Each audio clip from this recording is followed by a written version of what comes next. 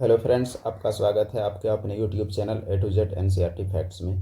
तो आज हम लोग पढ़ने वाले हैं रेलवे का जो ऑब्जेक्टिव का सीरीज है उसी को आगे बढ़ाते हुए। हमारा टॉपिक आज 3 टॉपिक होगा और तीनों टॉपिक में से हम लोग रेलवे में आए हुए प्रश्न जो इम्पोर्टेंट क्वेश्चंस हैं प्रीवियस ईयर उसे हम लोग करेंगे। और ये 3 टॉपिक हमारे होंगे पृथ्वी की आंतरिक संरचना और फिर ज्वालामुखी और भूकंप। इन तीनों टॉपिकों से 40+ क्वेश्चन हम लोग करने का प्रयास करते हैं। तो चलिए, पृथ्वी के आंतरिक संरचना का आपके सामने एक इमेज दिया हुआ है, उसे आप एक बार देख लें तो आपको अच्छे समझ में आएगा। तो पृथ्वी की जो आंतरिक संरचना है उसे 3 भाग में बांटा जाता है। जो सबसे ऊपरी हिस्सा होती है, सबसे पतली, उसे हम लोग कहते हैं क्रस्ट। क्रस्ट यानी भूपरपट्टी, जिसकी मोटाई 0 से 100 किलोमीटर के बीच होती है। दूसरी जो आती है वो आती है मेंटल, और फिर आती है क्रोड। और क्रोड में 2 प्रकार के क्रोड हैं, एक बाहरी क्रोड और एक आंतरिक क्रोड। इसकी आप गहराई देख सकते हैं।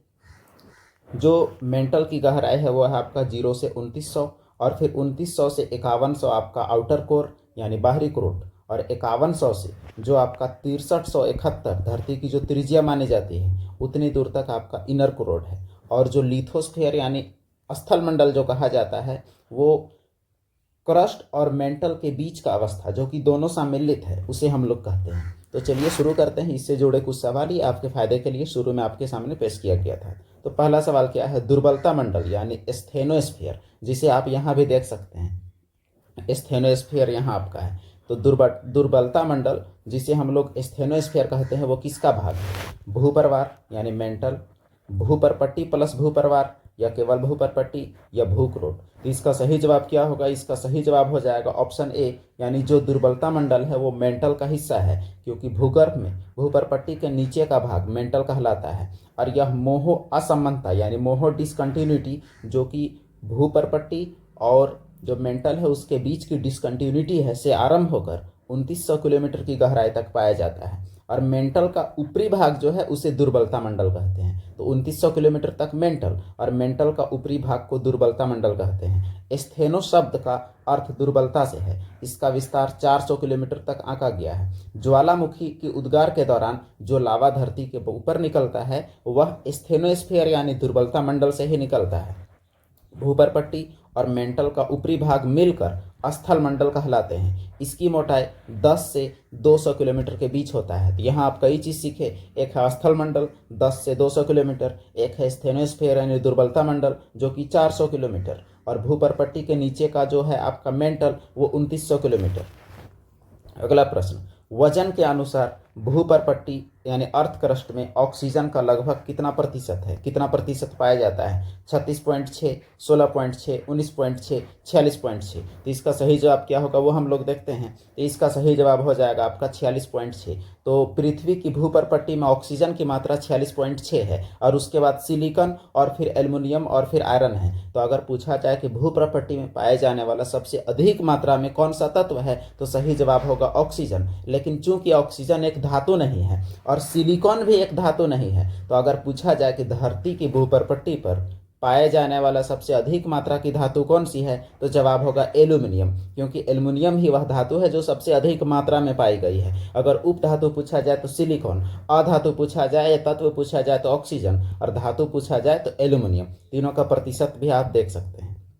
अगला प्रश्न, भूपरपट्टी अर्थात अर्थ क्रस्ट में प्रचुर मात्रा में उपलब्ध तत्वों के संदर्भ में निम्न में से कौन सी धातु भूपरपट्टी में सर्वाधिक प्रचुर मात्रा में उपलब्ध है? ऊपर जो कहा गया वही सवाल। Option A titanium, B beryllium, C aluminium और डी मैंगनीज। तो इसका सही जवाब अंदाजा आप कर लिए होंगे। सही जवाब होगा आपका एल्युमिनियम। तो एल्युमिनियम भूपरपट्टी में सबसे प्रचुर मात्रा में पाई जाने वाली धातु है। ऑक्सीजन और सिलिकॉन के बाद तीसरा सबसे प्रचुर मात्रा में पाए जाने वाला तत्व है। पृथ्वी के भूपरपट्टी में ऑक्सीजन 46.6 और फिर सिलिकॉन 27.7 और एल्युमिनियम 8.1% है। अगला प्रश्न, पृथ्वी का कौन सा भाग मैग्मा का मुख्य स्रोत है? मैग्मा अर्थात ज्वालामुखी के दौरान निकलने वाली लावा। तो जो आपकी ज्वालामुखी होती है, ज्वालामुखी के दौरान जो लावा निकलता है, वो लावा जो है उसका स्रोत क्या है, ये आपसे सवाल में पूछा गया है। तो इसका ऑप्शन भूपरपट्टी का आंतरिक भाग, भूपरपट्टी का बाहरी भाग, या फिर कोर या मेंटल। तो इसका सही जवाब क्या होगा? इसका सही जवाब हो जाएगा आपका मेंटल। तो मेंटल ही लावा का मुख्य स्रोत है, और मेंटल ही नहीं बल्कि मेंटल का दुर्बलता मंडल जो स्पेशल है, जिसकी गहराई 400 किलोमीटर तक आंकी गई है, वही है लावा का मुख्य स्रोत। तो मेंटल के ऊपरी भाग मैग्मा चेंबर, ऊपरी भाग में मैग्मा चेंबर पाए जाते हैं जो पृथ्वी पर मैग्मा अर्थात लावा का मुख्य स्रोत है। भूगर्भ के नीचे परपट्टी के नीचे का जो भाग है उसे मेंटल कहते हैं, और जो भूपरपट्टी और मेंटल के बीच की जो डिसकंटिन्यूटी है उसे मोहो डिसकंटिन्यूटी कहा जाता है। मेंटल की गहराई 2900 किलोमीटर तक है। अगला प्रश्न, भू प्रावरण यानी अर्थ मेंटल के ऊपरी भाग को क्या कहा जाता है? ऊपर बताया गया आपको कि भू प्रावरण यानी मेंटल के ऊपरी भाग को दुर्बलता मंडल, स्थल मंडल, समताप मंडल या क्षोभ मंडल। तो इसका सही जवाब आपका क्या होगा? तो सही जवाब इसका हो जाएगा दुर्बलता मंडल। तो दुर्बलता मंडल क्या है? जो आपका मेंटल है उसके ऊपरी भाग को दुर्बलता मंडल कहते हैं, जिसकी गहराई 400 किलोमीटर तक आंकी गई है। मेंटल पृथ्वी के कुल आयतन का 83% भाग को घेरे हुए है। इसका मतलब जो पृथ्वी की संरचना है उस संरचना में सबसे अधिक आयतन के अनुसार जो भाग है वो भाग आपका मेंटल का है, और वो कितना है? वो 83% है।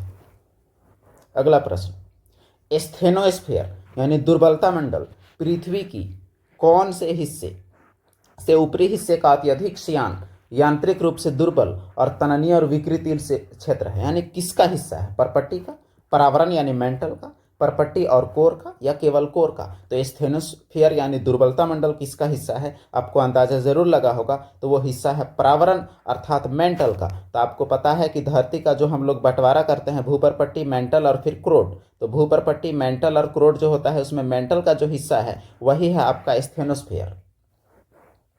अगला प्रश्न, पृथ्वी का बाह्यतम हिस्सा कौन सा है? क्रस्ट यानी भूपरपट्टी, स्थेनोस्फीयर यानी दुर्बलता मंडल, कोर यानी क्रोड, मेंटल। तो ये कौन सा है? तो सबसे बाहरी हिस्सा जो है जिसे पृथ्वी का छिलका भी कह सकते हैं वो है आपका अर्थ का क्रस्ट। इसकी ऊंचाई इसकी गहराई जो है वो आपका अलग अलग जगह में अलग अलग होता है। शुरू में आपको ऑन एवरेज जो स्थल मंडल के साथ 100 बताया गया था, वो यहाँ जो एग्जैक्ट है वो बताया जा रहा है। महाद्वीपों के नीचे इसकी औसत मोटाई 30 किलोमीटर, महासागरों के नीचे 5 किलोमीटर, और जो खनिज वगैरह जो पाए जाते हैं ज़्यादातर जहाँ से हम लोग निकालते हैं वो आपका क्रस्ट में ही पाए जाते हैं।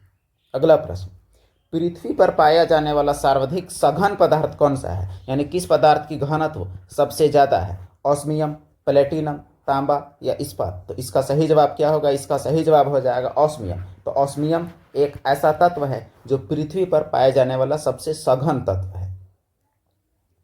अगला प्रश्न है क्वेश्चन नंबर 9, इनमें से कौन सा विकल्प दुर्बलता मंडल की स्थिति को दर्शाता है? वायुमंडल के नीचे, स्थल मंडल के नीचे, स्थल मंडल के ऊपर, वायुमंडल के ऊपर? तो वायुमंडल वाला ऑप्शन तो ऑटोमेटिक कट जाएगा, अब आपका स्थल मंडल ही आता है। तो दुर्बलता मंडल कौन सा होगा? दुर्बलता मंडल स्थल मंडल के नीचे यानी जो लिथोस्फीयर है उसके नीचे 400 किलोमीटर तक अनुमानित वो है आपका दुर्बलता मंडल। ज्वालामुखी उद्गान के दौरान जो लावा धरती तक पहुंचता है उसका स्रोत यही है। भूपरपट्टी की संरचना में अभ्रक की मात्रा लगभग कितनी होती है? तो अभ्रक अर्थात माइका की आपसे मात्रा पूछी गई है। 24%, 4%, 8% या 12%? इसका सही जवाब हो जाएगा ऑप्शन बी अर्थात 4%। माइका यानी अभ्रक की मात्रा 4% है। अभ्रक एक बहुउपयोगी खनिज है जो ऊष्मा का सुचालक है, यानी ऊष्मा को चालन करता है लेकिन बिजली का कुचालक है। यही गुण उसकी उपयोगिता को बढ़ा देता है। भूपरपट्टी में अभ्रक की मात्रा 4%। अन्य तत्व ऑक्सीजन 46 सबसे टॉप में, सिलिकॉन 27.2 सेकंड टॉप, एल्युमिनियम धातुओं में सबसे टॉप 8.13 और लोहा 5% पाया जाता है। ये भूपरपट्टी की बात है, मतलब सबसे ऊपरी सतह की बात है। भूपरपट्टी में पाया जाने वाला दूसरा सर्वाधिक प्रचुर तत्व कौन सा है? एल्युमिनियम, सिलिकॉन, आयरन या ऑक्सीजन? इसका सही जवाब हो जाएगा आपका सिलिकॉन, क्योंकि यहाँ केवल तत्व पूछा हुआ है। ऑक्सीजन के बाद सबसे अधिक मात्रा में यही पाया जाता है। अगर आप इसका तरीका याद करने का अगर सोचें तो इसका तरीका आपका हो जाएगा ओजैक एसपीएम। ओजैक एसपीएम में आपका सारा चीज़ याद हो जाएगा, जैसे ऑक्सीजन और सबसे ज़्यादा, फिर सिलिकॉन, फिर एल्युमिनियम, फिर आयरन, फिर सोडियम, पोटासियम और मैग्नीशियम। तो इसे आप याद रखेंगे ओजैक एसपीएम। भूपरपट्टी में सर्वाधिक प्रचुर मात्रा में पाई जाने वाली धातु कौन सी है? धातु भी सवाल पूछ लिया गया। एल्युमिनियम, कैल्शियम, लोहा या सोडियम? इसका सही जवाब हो जाएगा आपका एल्युमिनियम। एल्युमिनियम जिसका परमाणु संख्या 13 होता है, परमाणु क्रमांक 13, जो कि 8% पाया जाता है भूपरपट्टी में। अगला प्रश्न, पृथ्वी का अध्ययन को क्या कहा जाता है? पारिस्थितिकी, जीव विज्ञान, आचार शास्त्र, भूगर्भ शास्त्र? तो इसका सही जवाब क्या हो जाएगा? इसका सही जवाब है भूगर्भ शास्त्र, जिसे जियोलॉजी का भी संज्ञा देते हैं। तो विज्ञान की वह शाखा जिसमें पृथ्वी की आयु, ज्वालामुखी क्रिया, भूस्खलन, भूकंप, पर्वत निर्माण का अध्ययन किया जाता है उसे भूगर्भ शास्त्र कहते हैं। पारिस्थितिकी जीव समुदाय और उसके वातावरण के साथ संबंध, जीव विज्ञान तो वनस्पति और जंतुओं का अध्ययन। आचार शास्त्र में मानव आचरण के अध्ययन किया जाता है।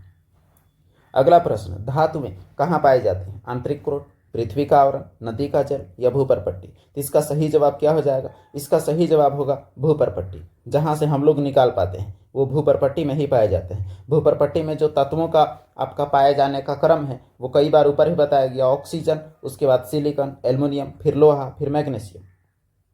और ट्रिक भी आपको बताया गया ओजाइक एसपीएम। ओजाइक एसपीएम से आप याद रख सकते हैं oxygen, silicon, aluminium, iron, calcium, sodium, potassium और मैग्नीशियम। अगला प्रश्न, पृथ्वी के प्रस्तर यानी क्रस्ट में सबसे प्रचुर मात्रा में पाए जाने वाला तत्व कौन सा है? तो क्रस्ट में सबसे प्रचुर मात्रा में पाए जाने वाला तत्व आपको पता है कि ऑक्सीजन है। यह सवाल में दोहराव है। अगला प्रश्न, भूकंप से निम्न में से किसे प्लेट विवर्तनी की, प्लेट टेक्टोनिक का जनक माना जाता है? प्लेट टेक्टोनिक जो कि कारण है भूकंप का, उसका जनक Antony Philip von लीeuwenhoek, James रेनेल, Antony Lavoisier या अल्फ्रेड वेगनर? तो इसका सही जवाब हो जाएगा अल्फ्रेड वेगनर। अल्फ्रेड वेगनर जो महाद्वीपीय विस्थापन का सिद्धांत दिए थे वही है प्लेट विवर्तनिकी का मेन जड़। अगला प्रश्न, सुनामी का विनाशकारी रूप जिसे भूकंपीय समुद्री लहरें भी कहा जाता है यानी समुद्र के अंदर आने वाली भूकंप सामान्यतः कितनी तीव्रता के भूकंप के कारण उत्पन्न होती है? 2 से 3, 5 से 6, 4 से 5 या 7.5 से अधिक? तो इसका सही जवाब हो जाएगा आपका 7.5 से अधिक। तो सुनामी, अंग्रेजी शब्द सुनामी जापानी भाषा के 2 शब्द सु और नामी से बना है, जिसमें सु का अर्थ होता है हार्बर यानी बंदरगाह और नामी का अर्थ होता है वेव। यानी सुनामी वे सागरीय तरंगे हैं जो तटीय भागों को प्रभावित करते हैं यानी बंदरगाह को, और बड़े पैमाने पर विनाश करती हैं। अधिकांश सुनामी भूकंप से ही पैदा होती है और सबसे अधिक विनाशकारी होते हैं। महासागरीय तल पर अगर 7.5 रिक्टर पैमाने से अधिक का भूकंप आता है तो सुनामी आता है। 26 दिसंबर 2004 को हिंद महासागर में सुनामी आया था जो कि एक बहुत बड़ा भूकंप के कारण आया था, और उसी में अंडमान निकोबार का सबसे दक्षिणी बिंदु इंदिरा पॉइंट भी डूबा हुआ था। क्वेश्चन नंबर 18, निम्न में से कौन सा पृथ्वी के भीतर कंपनों का अध्ययन है यानी भूकंप का अध्ययन? भूकंप विज्ञान, हस्तलेख विज्ञान, मत्स्य विज्ञान या चंद्र विज्ञान? इसका सही जवाब शब्दों में ही है। जवाब है भूकंप विज्ञान, जिसे इंग्लिश में सिस्मोलॉजी कहते हैं। कई बार एग्जामिनेशन में ऑप्शन हिंदी में होता है तो आसान पड़ता है, लेकिन ज़्यादातर ऑप्शन आपको सिस्मोलॉजी मिलेगा, तो याद रखेंगे। और जो चंद्र विज्ञान है उसे नाम मिलता जुलता नाम है सेलेनोलॉजी कहा जाता है। भूकंप के दौरान कौन सी तरंगे उत्पन्न होती हैं? कॉस्मिक तरंगे, भूकंपीय तरंगे, पृष्ठीय तरंगे या ध्वनि तरंगे? इसमें भी सवाल में ही आपका जवाब है जो कि नाम से जाहिर हो रहा है। सही जवाब है भूकंपीय तरंगे। तो भूकंप भूपृष्ठ पर होने वाला आकस्मिक कंपन है जो भूगर्भ के चट्टानों के लचीलेपन और गुरुत्वाकर्षण की समस्थिति के कारण होता है। यह प्राकृतिक मानवीय दोनों कारण से हो सकता है। भूकंप तरंग 3 प्रकार का होता है, एक प्राथमिक जो कि अनुदैर्ध्य होता है, एक गौण तरंगे जो कि अनुप्रस्थ होता है, और एक धरातलीय तरंगे जिसे सरफेस वेव भी कहा जाता है। सवाल है अगला, निम्न में से कौन सी सबसे तीव्र भूकंपीय तरंगे यानी सिस्मिक वेव हैं? तीव्र, तेज, प्राथमिक, द्वितीयक, सतही या ज्वारीय? इसका सही जवाब क्या होगा? इसका सही जवाब हो जाएगा प्राथमिक तरंगे। प्राथमिक तरंगे सबसे तेज होती हैं, सबसे तेज। तो प्राथमिक तरंगे, द्वितीयक तरंगे और धरातलीय तरंगे ये होती हैं, जिसमें से सबसे तेज 8 किलोमीटर पर सेकंड की रफ्तार से चलती हैं प्राथमिक तरंगे। और अगर पूछा जाए कि सबसे ज़्यादा नुकसान कौन सी तरंगे करेगी, धीमी या फिर तेज, तो जो सबसे धीमी चलेंगी वही सबसे ज़्यादा नुकसान करेंगी। तो जवाब प्राथमिक तरंगे तो नहीं, धरातलीय तरंगे सबसे ज़्यादा नुकसान करती हैं। किन भूकंपीय तरंगों में अनुप्रस्थ विस्थापन शामिल होता है? पी, एल, एस या रेल सतही? तो पी प्राथमिक वेव और एल लॉन्गिट्यूडिनल और एस सरफेस वेव। तो अनुप्रस्थ किस में होता है? तो अनुप्रस्थ चाल जो है वो आपका एस तरंग में होता है। एस तरंगों में अनुप्रस्थ विस्थापन है, अनुप्रस्थ मतलब ऊपर नीचे, और पी तरंगों के पश्चात एस तरंगे पृथ्वी की सतह पर पहुंचती है। इन्हीं कारण इन्हें द्वितीयक तरंगे या गौण तरंगे कहते हैं, जो बाद में पहुंचती है। ये केवल ठोस में गमन कर सकती हैं। अगला प्रश्न, निम्नलिखित में से कौन सा सुनामी का कारण नहीं है? मृदा अपरदन, भूकंप, ज्वालामुखी विस्फोट, समुद्र के अंदर भूस्खलन। तो समुद्र के अंदर भूकंप आने से हलचल आ सकता है, ज्वालामुखी विस्फोट से भी हलचल आ सकता है, समुद्र के अंदर भूस्खलन से भी आ सकता है। मृदा अपरदन से सुनामी का कोई गुंजाइश नहीं है, तो सही जवाब हो जाएगा आपका मृदा अपरदन। तो सुनामी का कारण क्या हो सकता है? समुद्र तल में भ्रंशन, भूकंप, ज्वालामुखी विस्फोट, समुद्र के अंदर भूस्खलन, अवपातन यानी जमीन का धंसना, ये सभी हो सकता है। सूर्य और चंद्रमा द्वारा गुरुत्वाकर्षण के माध्यम से पृथ्वी को एक ही दिशा में खींचने के कारण क्या उत्पन्न होता है? लघु ज्वार भाटा, बृहद ज्वार भाटा, ज्वार या भाटा। तो अगर एक साथ दोनों अगर खींचेंगे तो फिर बड़ा ज्वार भाटा आएगा। इसका सही जवाब हो जाएगा बृहद ज्वार भाटा। तो जब पृथ्वी, सूर्य और चंद्रमा एक सीध में आ जाते हैं, पृथ्वी, सूर्य और चंद्रमा, तो फिर बल ज्यादा हो जाता है। उस समय सूर्य और चंद्रमा द्वारा गुरुत्वाकर्षण के माध्यम से पृथ्वी को एक ही दिशा में खींचने के कारण समुद्र का जल ऊपर उठ जाता है और इसे ही बृहद ज्वार भाटा कहते हैं।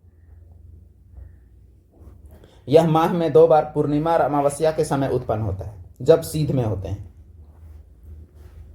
अगला प्रश्न, भूकंप की तीव्रता को किस में मापा जाता है? बार, रिक्टर स्केल, पास्कल या किलोग्राम?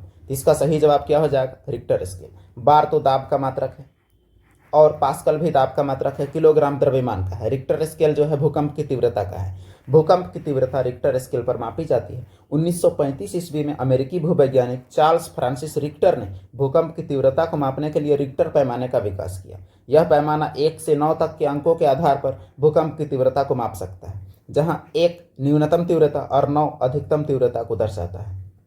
अगला प्रश्न, भ्रंश समतल यानी फॉल्ट प्लेन के साथ चट्टानों के पिघलने के कारण उत्पन्न होने वाले भूकंप को क्या कहते हैं? यानी जमीन के अंदर चट्टान पिघलेगा तो पिघलने के कारण जमीन जो हिलेगा उसे क्या कहते हैं? वैसे भूकंप को क्या कहते हैं? विस्फोटन भूकंप, ज्वालामुखी भूकंप, निपाती भूकंप, विवर्तनिक भूकंप। तो इसका सही जवाब हो जाएगा आपका विवर्तनिक भूकंप। वही है प्लेट विवर्तनिकी के कारण आया हुआ भूकंप, टेक्टोनिक अर्थक्वेक कहा जाता है। अगला प्रश्न, क्वेश्चन नंबर 27, निम्नलिखित में से प्राकृतिक घटनाओं में कौन सी घटना भूकंप का कारण बनती है? टिड्डियों के हमले, तूफान, चंद्र ग्रहण या ज्वालामुखी विस्फोट?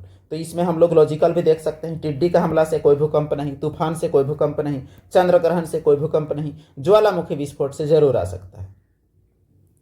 तो भूकंप आने के कई कारण: ज्वालामुखी क्रिया, भू संतुलन से संबंधित समायोजन, प्लेटों की गतिशीलता, वलन और भ्रंशन, भूपटल का संकुचित होना, जलीय भार के कारण भी भूकंप आता है, पृथ्वी का अपने अक्ष पर घूरना, ये सभी कारण हैं। अगला प्रश्न, जिस तरह बैरोमीटर दाब से संबंधित है उसी तरह सिस्मोग्राफ किससे संबंधित है? भूकंप, बाढ़, तापमान या आर्द्रता? इसका सही जवाब हो जाएगा भूकंप। सिस्मोग्राफ भूकंप मापने के यंत्र है, बैरोमीटर वायु दाब मापने के यंत्र है, पायरोमीटर उच्च तापमान मापने के यंत्र है और फायदोमीटर बाढ़ से रिलेटेड समुद्र की गहराई मापने का यंत्र है।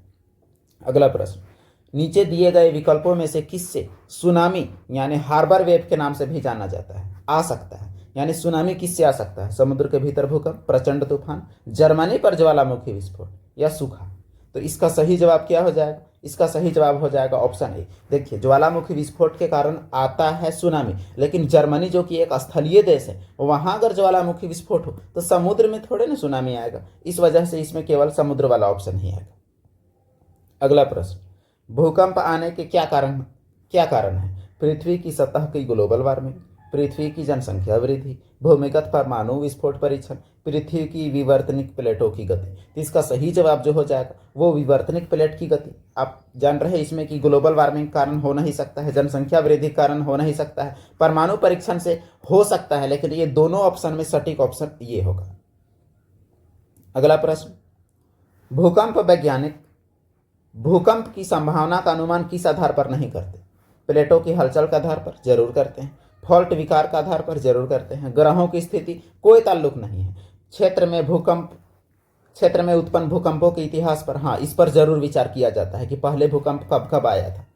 तो इसका सही जवाब इस आधार पर आपका हो जाएगा, ग्रहों की स्थिति के आधार पर कोई अनुमान भूकंप का तो नहीं करता। अगला प्रश्न, निम्न में से कौन सा एक सुषुप्त ज्वालामुखी है? ऐसा ज्वालामुखी जहां वर्षों से कोई भी उद्गार नहीं हुआ है। जापान में स्थित सुकुरजीमा, अंटार्कटिका में स्थित माउंट एरेबस, इटली में एटना, हवाई द्वीप में मोना लोआ। इसका सही जवाब क्या हो जाएगा? इसका सही जवाब हवाई द्वीप का जो मोना लोआ है वह एक सुसुप्त ज्वालामुखी है। कई वर्षों से विस्फोट नहीं हुआ है, इसीलिए इसे सुसुप्त ज्वालामुखी कहते हैं। और उदाहरण में इटली का वेसुवियस सुसुप्त है, जापान का फ्यूजियम है जो जापान की सबसे ऊंची पर्वत भी है वो भी सुसुप्त है, और इंडोनेशिया का क्रोकाटोआ, ये सब सुसुप्त ज्वालामुखी यानी शांत ज्वालामुखी है।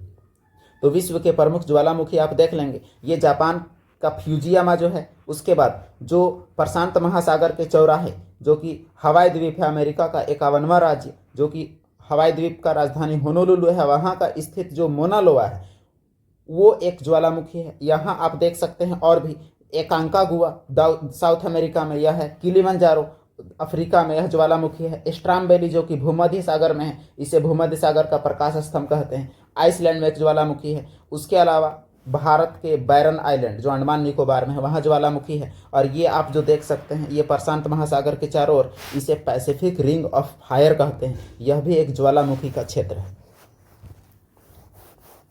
अगला प्रश्न, किस सक्रिय ज्वालामुखी को भूमध्य सागर का लाइट हाउस यानी भूमध्य सागर का प्रकाश स्तंभ कहते हैं? तो ऊपर ही आपको बताया गया भूमध्य सागर का प्रकाश स्तंभ स्ट्रोम्बेली, तो वही होगा इसका सही जवाब स्ट्रोम्बेली। तो स्ट्रोम्बेली को भूमध्य सागर का प्रकाश स्तंभ कहते हैं। यह इटली के सिसिली के उत्तर में लिपारे द्वीप पर स्थित है। भूमध्य सागर का प्रकाश स्तंभ कहते हैं, यह एक सक्रिय ज्वालामुखी है। वे ज्वालामुखी जिनसे समय समय पर मैग्मा निकलता रहता है या वर्तमान में उद्गार हो रहा है उन्हें ही सक्रिय ज्वालामुखी कहा जाता है। अगला प्रश्न, भारत का एकमात्र सक्रिय ज्वालामुखी कहाँ है? बारातांग, बैरन द्वीप, पोर्ट ब्लेयर, नारकोंडम। तो इसका सही जवाब हो जाएगा बैरन आइलैंड। तो बैरन आइलैंड एकमात्र सक्रिय ज्वालामुखी भारत का है जो 3 किलोमीटर तक यह द्वीप फैला हुआ है। यहाँ का ज्वालामुखी 2017 में फटा था, तो इसका मतलब यह सक्रिय ही है। यह अंडमान निकोबार द्वीप समूह की राजधानी पोर्ट ब्लेयर से 140 किलोमीटर उत्तर पूर्व में है, बंगाल की खाड़ी में। अगला प्रश्न, निम्न में से कौन सा ज्वालामुखी नहीं है? Mount Etna, Mont Blanc, Cotopaxi, Mount Vesuvius. इसका सही जवाब हो जाएगा Mont Blanc. Mont Blanc Alps मध्य यूरोप की बड़ी पर्वतमाला है, यह ज्वालामुखी नहीं है। माउंट एटना ज्वालामुखी है, इटली में है। कोटापैक्सी ज्वालामुखी है, इक्वेडोर साउथ अमेरिका में है। माउंट वेसुवियस ज्वालामुखी है, वो इटली में है। अगला प्रश्न, निम्न विकल्पों में से कौन सा ज्वालामुखी पर्वत का उदाहरण है? अपलाचियन, हिमालय, यूराल, फ्यूजियामा। तो माउंट फ्यूजियामा जो जापान में है वह ज्वालामुखी उद्गार के फलस्वरूप बना है और इसीलिए यह एक ज्वालामुखी पर्वत है, जापान का सबसे ऊंचा पर्वत है। यह प्रसुप्त ज्वालामुखी है यानी ये चुपचाप पड़ा हुआ है, इसमें भविष्य में भी उद्गार होने का संभावना बहुत कम है। विश्व के प्रमुख ज्वालामुखी Mount Cameroon Africa, Mount Etna Italy, Ojos del Salado Chile, Mount Cotopaxi Ecuador, Stromboli भूमध्य सागर, मोना लोआ हवाई द्वीप यूएसए, माउंट ताल फिलीपींस, ये सभी ज्वालामुखी है। 90 ईस्ट रिज जो समुद्र में एक अंतः ज्वालामुखी है समुद्र के अंदर, वो कौन महासागर में है? प्रशांत, अटलांटिक, हिंद या आर्कटिक। तो इसका सही जवाब हो जाएगा हिंद महासागर। हिंद महासागर में स्थित है और यह पूर्वी गोलार्ध में लगभग 90 मेरिडियन के समांतर स्थित है। अगला प्रश्न, माउंट सेंट हेलेना द्वीप, यह द्वीप पूछा हुआ है, सेंट हेलेना तट नहीं। सेंट हेलेना तट आपका अफ्रीका में है, यह द्वीप पूछा हुआ है। जापान, भारत, संयुक्त राज्य अमेरिका या चिली, कहाँ स्थित है यह पूछा गया है। तो सही जवाब हो जाएगा संयुक्त राज्य अमेरिका, माउंट सेंट हेलेना द्वीप। माउंट सेंट हेलेना द्वीप दक्षिणी अटलांटिक महासागर में है। यह द्वीप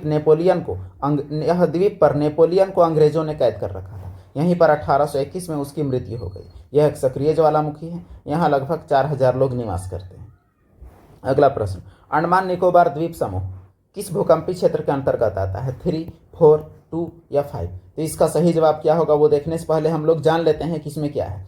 भारत में भूकंप का संवेदनशीलता यानी भूकंप से कितना नुकसान हो सकता है, इसको देखते हुए 4 हिस्सा में बांटा गया है। एक जोन 2, 3, 4 और 5। इसमें से जो 5 है वो सबसे अधिक संवेदनशील है और 2 सबसे कम संवेदनशील यानी जहां खतरा कम है। तो अंडमान निकोबार कैसा वाला क्षेत्र में आएगा? तो ये 5वां में आएगा। इसका मतलब यहाँ खतरा सबसे ज़्यादा है क्योंकि वहाँ ज्वालामुखी उद्गार होते रहता है। अगला प्रश्न, पैसिफिक रिंग ऑफ फायर के संबंध में कौन सा कथन सही नहीं? इसकी लंबाई 40,000 किलोमीटर है। 75% ज्वालामुखी पैसिफिक रिंग ऑफ फायर में आते हैं। पैसिफिक रिम उत्तरी अमेरिका और दक्षिणी अमेरिका पूर्वी तटों को कवर करता है। सक्रिय ज्वालामुखी बेल्ट है। तो आइए देखते हैं इसमें क्या हो सकता है। इसमें यह कहता है कि उत्तरी अमेरिका और दक्षिण अमेरिका के पूर्वी तट को कवर करता है। यही बात गलत है। कैसे, इसे हम लोग समझेंगे अभी। पहले ये बात समझते हैं। देखिए, ये उत्तरी अमेरिका और दक्षिणी अमेरिका के पूर्वी तट नहीं बल्कि पश्चिमी तट को कवर करता है। यही था मेन बात। 75% ज्वालामुखी यहाँ आता है, ये भी सही है। 40,000 किलोमीटर लंबी है, ये भी सही है। तो ये पश्चिमी तट को कवर करता है। ये बहुत लॉजिकल प्रश्न है। तो इस प्रकार पैसिफिक रिंग ऑफ फायर क्या है आप समझ गए। विश्व का 75% ज्वालामुखी यहाँ और विश्व का 63% भूकंप वहीं पैसिफिक रिंग ऑफ फायर में ही आता है। अगला प्रश्न, किसके अंतर्गत भूकंपों का अध्ययन किया जाता है। मोन्टोलॉजी, सिस्मोलॉजी, वोल्केनोलॉजी, टोपोलॉजी। तो इसका सही जवाब आपको ही पता है। इसका सही जवाब हो जाएगा आपका सिस्मोलॉजी। वोल्केनोलॉजी भूकंप ज्वालामुखी का अध्ययन है। अगला प्रश्न, कौन सा भारतीय शहर निम्नतम भूकंपीय क्षेत्र है, यानी जोन 2 में कौन सा आता है। श्रीनगर, रायपुर, दिल्ली और देहरादून। हिमालयी क्षेत्र एक संवेदनशील क्षेत्र आता है। तो हिमालय के अलावे दूर में आपको जाना पड़ेगा। दूर में आपका रायपुर, जो कि छत्तीसगढ़ का राजधानी है, वही आपका कम संवेदनशील क्षेत्र में आएगा। यहाँ आप देख सकते हैं भूकंप की संवेदनशीलता के आधार पर जो भारत में बांटा गया है कि कैसे कैसे क्षेत्र हैं। ये जोन 5 में जो रेड हैं वो ज़्यादा संवेदनशील क्षेत्र हैं, जिससे पूर्वोत्तर है, हिमालय के क्षेत्र हैं, और उसके बाद उससे जो जोन 4 में है उससे कम खतरा, ये हिमालय के सारे क्षेत्र आते हैं। झारखंड का जो क्षेत्र है वो आपका जोन 2, झारखंड, राजस्थान, मध्य प्रदेश, ये सभी इलाके, और फिर जो दक्षिण का जो पठार वगैरह है ये सभी आते हैं इसमें से। तो ये रहा आपका कुछ बंटवारा, जिसमें आप देख सकते हैं गौर से, आपको भी समझ में अच्छे से आ सकता है। इसमें कोई दिक्कत वाली कोई बात नहीं है। तो इसी के साथ आज का हमारा जो 43 प्रश्नों का जो एक सीरीज था वो खत्म हुआ। आगे हम लोग देखते हैं 40 से 50 क्वेश्चन का एक सीरीज, जो कि अगला टॉपिक में होगा विश्व भूगोल, जो कि आए हुए प्रश्न होंगे एनटीपीसी, ग्रुप डी वगैरह में आए हुए प्रश्न, जो आपके आने वाले एग्जाम के लिए काफ़ी महत्वपूर्ण साबित होंगे। तो वीडियो को देखें और बाकी ज़रूरतमंदों तक शेयर करें, और वीडियो को एक लाइक जरूर करें। धन्यवाद। फिर मिलते हैं अगले वीडियो में।